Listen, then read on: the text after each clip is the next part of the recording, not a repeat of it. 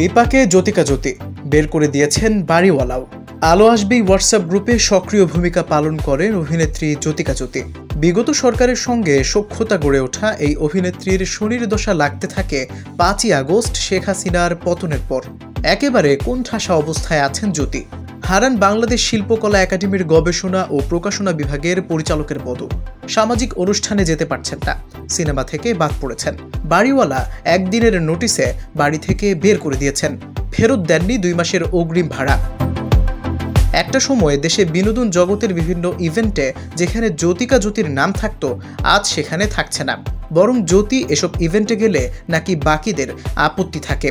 সম্প্রতি এক ফেসবুক পোস্টে নিজের এমন দুর্বিষহ কথাগুলো আক্ষেপের সুরেই তুলে ধরেছেন জ্যোতি। অভিনেত্রী লিখেছেন, ফিল্ম ফেস্টিভ্যাল হবে, সেখানে কোনো না কোনো দায়িত্বে থাকার কথা ছিল, আগেও ছিলাম, পরে শুনলাম দায়িত্ব তো দূরের কথা, ফেস্টিভ্যালে আমি না গেলেই নাকি ভালো হবে। আরেক আমন্ত্রিত অভিনেত্রী গেস্ট বললেন, জ্যোতিকা জ্যোতি এলে তিনি আসবেনই না। জ্যোতি লিখেছেন, এপ্রিলে এক নতুন বাসায় শিফট করলাম, আবার পরিচয় তার বাসার ভাড়াটিয়া হিসেবে তাকে আরও গর্বিত করবে বলে জানালেন।